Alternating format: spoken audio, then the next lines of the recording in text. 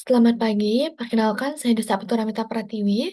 Jadi pada kesempatan hari ini saya izin untuk membawakan materi saya terkait dengan tracheostomi mengenai indikasi teknik pemasangan, proses penyapihan dan juga dekanulasi. Adapun poin-poin yang akan dibahas dalam topik tracheostomi ini ada anatomi, definisi, indikasi, dan kontraindikasi jenis tracheostomi, tindakan pemasangan, perawatan pasca tracheostomi, serta penyapian dan juga dekanulasi. Adapun tracheostomi ini merupakan suatu prosedur pembedahan yang dilakukan dengan membuat stoma pada bagian dinding anterior leher yang berhubungan langsung dengan trakea untuk mempertahankan potensi jalan napas. Dan adapun pelaksanaan tracheostomi ini meliputi tahap persiapan, tindakan, dan perawatan prosedur tracheostomi. Dan apabila indikasi dari pemasangan tracheostomi sudah teratasi, maka tim multidisiplin itu akan menentukan atau mengevaluasi dari pasien untuk menentukan apakah pasien ini sudah pantas untuk melakukan proses penyapian. Dan program penyampaian ini bertujuan untuk secara bertahap mengembalikan udara ke saluran napas atas dan memulihkan fungsi fisiologis pernapasan. Adapun organ yang terlibat dalam masalah tracheostomi ini tentunya adalah trakea. Trakea ini merupakan suatu saluran berbentuk seperti huruf U yang tersusun dari tulang-tulang rawan hialin pada dinding anterior dan lateral, serta pada dinding posterior tersusun oleh outer polas trakea. Trakea ini dimulai tepat di bawah laring, tepatnya pada level cervical 6, dan menempel pada tulang rawan krikoid melalui ligamen krikotrakeal.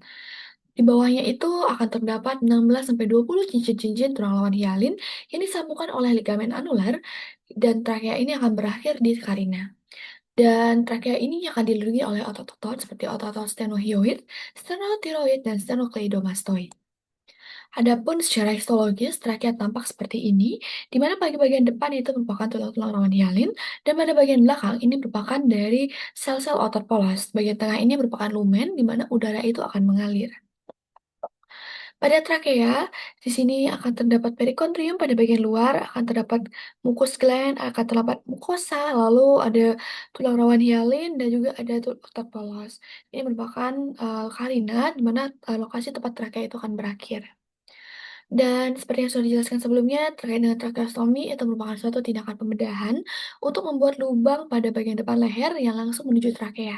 Melalui lubang ini biasanya akan dipasang alat, yaitu tabung tracheostomi, yang berfungsi sebagai jalan napas buatan dan membantu mengeluarkan dari sekret-sekret pernafasan.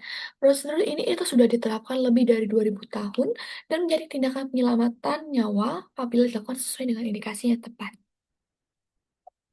Adapun indikasi dari tracheostomi, yang pertama adalah intubasi berkepanjangan, memfasilitasi dukungan ventilasi atau penyiapan ventilator, menjaga kebersihan paru-paru, obstruksi jalan napas atas, tidak mampuan untuk melakukan intubasi, tindakan tambahan dalam operasi besar kepala dan leher, serta manajemen trauma, serta perlindungan jalan napas dari akibat penyakit neurologis atau cedera otak traumatis. Adapun kontraindikasi dari tracheostomi yang pertama adalah selulitis atau adanya infeksi aktif pada dinding leher, serta tidak stabilnya tulang servikal, koagulopati yang belum terkoreksi, gagal napas berat yang tidak memungkinkan untuk lepas dari ventilasi tekanan positif, serta kesulitan akses akibat distorsi anatomi leher atau riwayat pembedahan sebelumnya.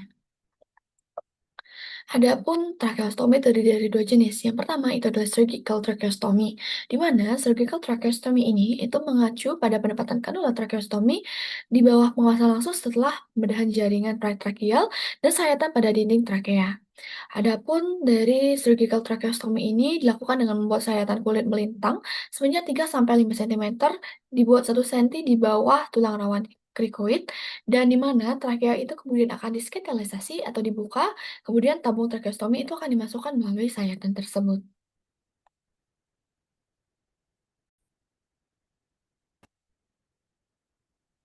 Baik, untuk jenis tracheostomi yang kedua, itu adalah percutaneous dilatational tracheostomy atau PDT. PDT ini dilakukan dengan cara memasang kanul tracheostomi ke dalam trakea dengan bantuan dari dilatasi tumpul. Prosedur ini itu akan melibatkan pembuatan sayatan kulit yang sangat kecil dan memasukkan jarum ke dalam trakea, di mana kawat pemandu berujung J itu akan dilewatkan, dan setelah itu jarum itu akan dikeluarkan dan kateter pemandu itu akan dimasukkan melalui kawat J. Selanjutnya, lubang di atas unit kawat J atau kateter pemandu tersebut itu akan memungkinkan dari penyisipan tabung tracheostomi yang telah dipilih sebelumnya. Baik, ini merupakan bagian-bagian dari tabung tracheostomi, di mana yang pertama itu adalah balon pilot, di mana ini akan menunjukkan dari indikasi atau tekanan daripada manset. Nomor dua ini adalah manset, di mana manset ini berfungsi untuk memberikan pelindung saat akan memberikan tekanan positif, di mana diperlukan adanya tekanan yang optimal pada manset, di mana apabila terlalu kurang tekanannya itu akan memudahkan udara untuk lewat di sekitar dari tabung tracheostomi. Namun apabila manset tekanannya itu terlalu berlebihan, itu akan menyebabkan nekrosis atau, tracheomalacia pada jaringan sekitarnya. Selanjutnya itu adalah outer cannula, lalu ada inner cannula, dan ada obturator dan juga ada tali pengikat, ada flange atau faceplate, dan untuk berikutnya ini merupakan jenis-jenis dari tabung tracheostomi. Di mana ini ada contoh dari cuff tubes atau tabung bermanset, ini uncuffed tubes, fenestrated, adjustable flange, dan ini merupakan contoh dari inner cannula. Dan berikutnya kita lanjut mengenai bagaimana cara untuk menentukan ukuran dari tabung tracheostomi. Dari tabung tracheostomi untuk orang dewasa itu dipilih berdasarkan ukuran atau nomor tabung, di mana pada orang dewasa itu tabung dengan diameter bervariasi antara 6, 9, sampai 10 milimeter itu akan digunakan. Dan terkadang ukuran tabung itu dinyatakan dalam ukuran FK yang merupakan 3,14 kali diameter tabung luar. Ini merupakan dari rumusnya. Lalu bagaimana dengan anak-anak? Ini merupakan penentuan ukuran tabung tracheostomi pada anak-anak, di mana untuk lebih mudah itu bisa saja dilihat dalam tabel di samping ini, dan namun apabila ingin menghitung, itu bisa menggunakan rumus usia dibagi 4 ditambah 4 sama dengan ini merupakan hasilnya dalam diameter dalam milimeter. Berikutnya, kita lanjut ke pelaksanaan tindakan tracheostomi, di mana sebelum melakukan tracheostomi itu perlu dilakukan intubasi endotrakeal terlebih dahulu, dan hal ini juga sangat penting dilakukan terutama pada anak-anak juga pada bayi. Dan pasien itu kemudian diposisikan berbaring telentang dengan bantal di bawah bahu sehingga leher ini akan terekspos dan trakea itu akan terbawa ke depan. Pada pasien yang sadar itu dapat digunakan lignokin 1-2% dengan epinefrin diinfiltrasi pada garis sayatan pada area pembedahan.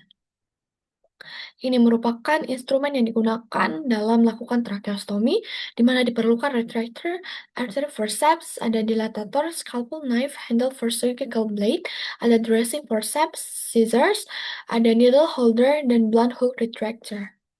Berikutnya, ini merupakan bagian-bagian dari tabung tracheostomi seperti yang sudah dijelaskan sebelumnya.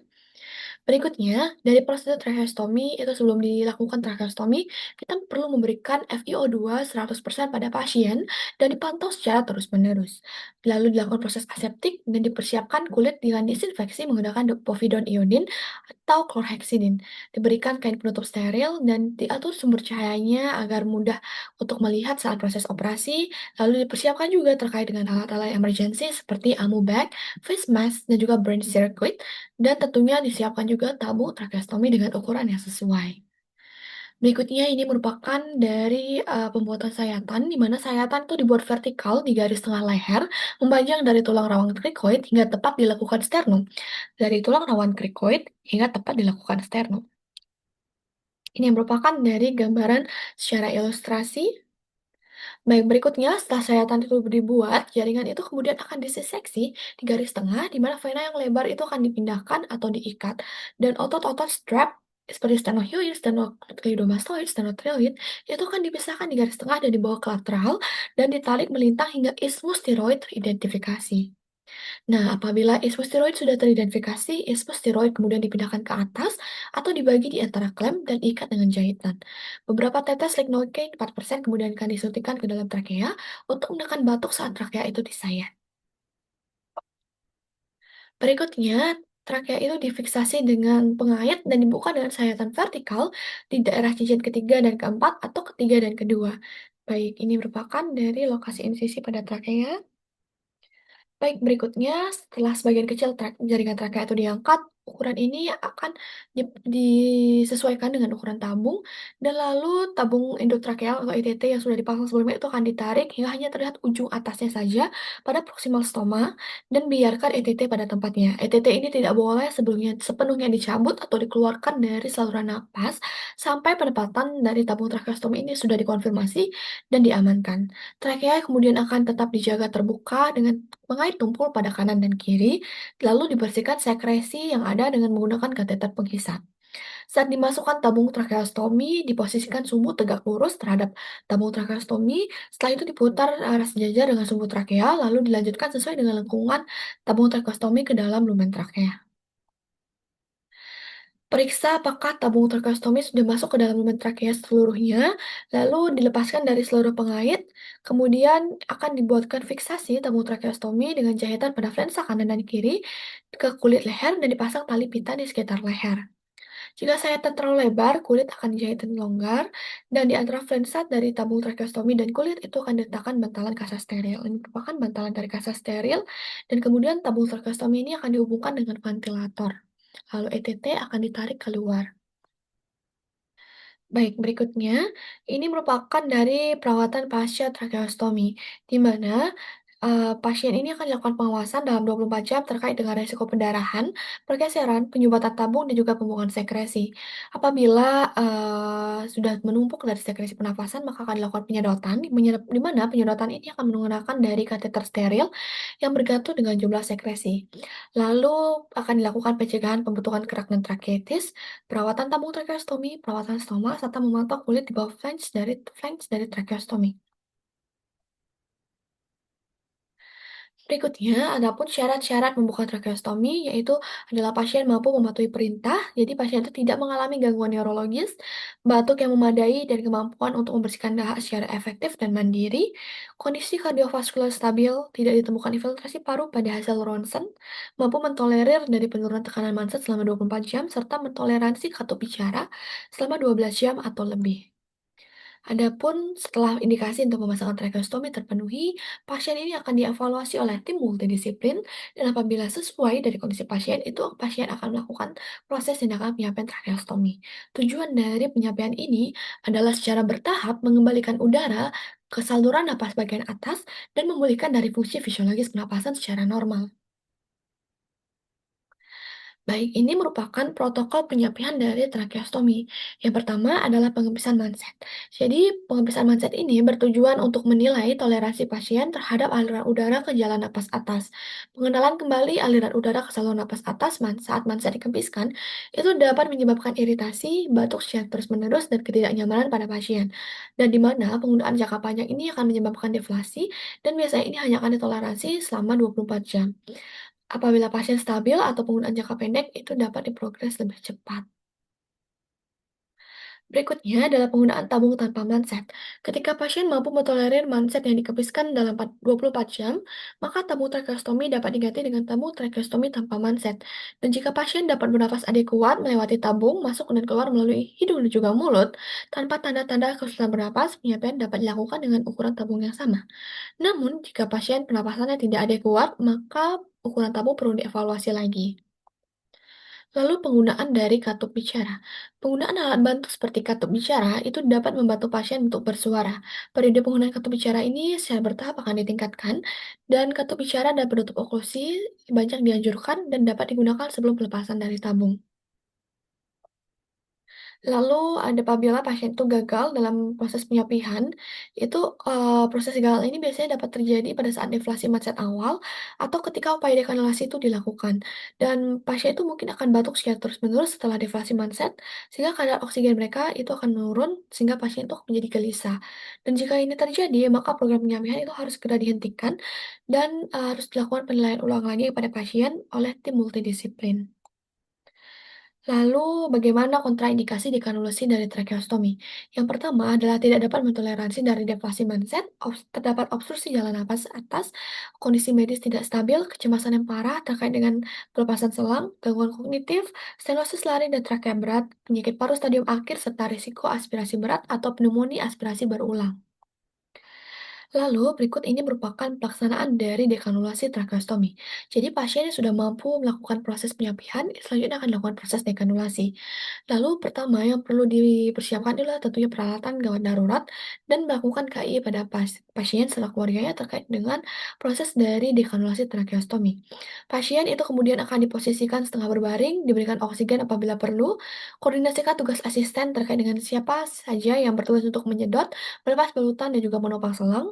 Lalu apabila sudah, itu tabung tracheostomi akan dilepaskan, nilai dan dibersihkan stoma, lalu ambil sampel apabila diperlukan, tutup stoma dengan kasa dan perban transparan, edukasi pasien untuk menekan stoma apabila ingin batuk, dan pastikan kenyamanan pasien dan dokumentasikan prosedur serta evaluasi akhir. Ini merupakan stoma dari tracheostomi. Berikutnya ini merupakan visualisasi dari proses dekanulasi tracheostomi, dari tahapan pelepasan tabung tracheostomi, lalu membersihkan dari stoma dengan salin, mengaplikasikan dari benzoin pada area stoma, lalu memberikan dari plester transparan, meletakkan dari gauze ball, lalu akan menaruh dari dressing, serta mengedukasi dari pasien dan keluarganya. Apabila pasien itu ingin batuk atau berbicara, itu untuk akan menekan stoma terlebih dahulu. Lalu setelah dekanulasi itu, stoma itu harus dibersihkan dengan larutan natrium klorida 0,9% dan juga dikeringkan, kemudian dipasang dari perban oklusif. Penyembuhan stoma ini akan memakan waktu yang cukup lama, sekitar 2 hingga 6 minggu, dan terkadang itu dapat terjadi komplikasi dalam penyembuhan stoma seperti infeksi, penyembuhan stoma tertunda, hingga tumbuhnya jaringan granulasi yang berlebih. Berikutnya, komplikasi dari tindakan tracheostomi itu terbagi menjadi komplikasi awal dan juga komplikasi lanjut. Komplikasi awal itu meliputi dari pendarahan, infeksi luka, emfisema subkutan, dan juga penyumbatan dari selang. Sedangkan komplikasi lanjut itu meliputi masalah menelan, stenosis trakea, fistula arteri tracheoinnominata, fistula tracheoesophagus, pembentukan granuloma, juga stoma persisten. Adapun daftar pustaka yang digunakan dalam penyusunan dari materi tracheostomi ini, baik, sekian pemaparan mengenai materi tracheostomi. Apabila terdapat kekurangan, saya mohon maaf. Terima kasih telah menyimak dari video ini.